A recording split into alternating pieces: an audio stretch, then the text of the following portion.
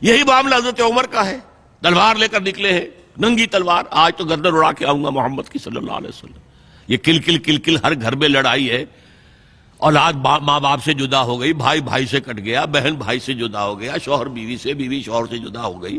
یہ محمد نے کیا ہمارے معاشرے کے ساتھ کیا صلی اللہ علیہ وسلم، وفداہ آباؤنا و امہاتنا۔ لہذا آج تو قصہ پاک کر کے آؤں گا۔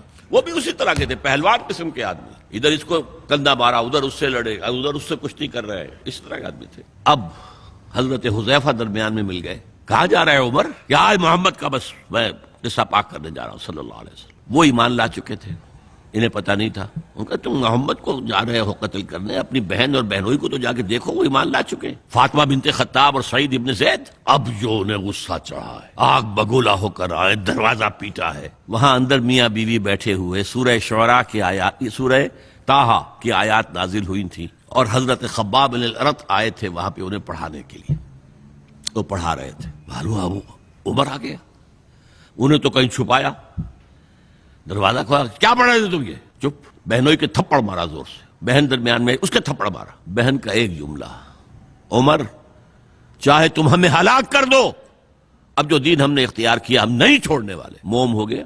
یہ صنف نازک، اس میں اتنا دم خم کہاں سے آ گیا؟ عرب کے اس معاشرے میں عورتوں کا مقام کیا تھا؟ ان کی کوئی حیثیت تھی کہ مردوں کے سامنے بول سکے؟ اچھا کیا پڑھ رہے تھے مجھے بتاؤ؟ نہیں تم نجس ہو، وہ کلام پاک ہے، تم نہیں پڑھ سکتے، نہاؤ۔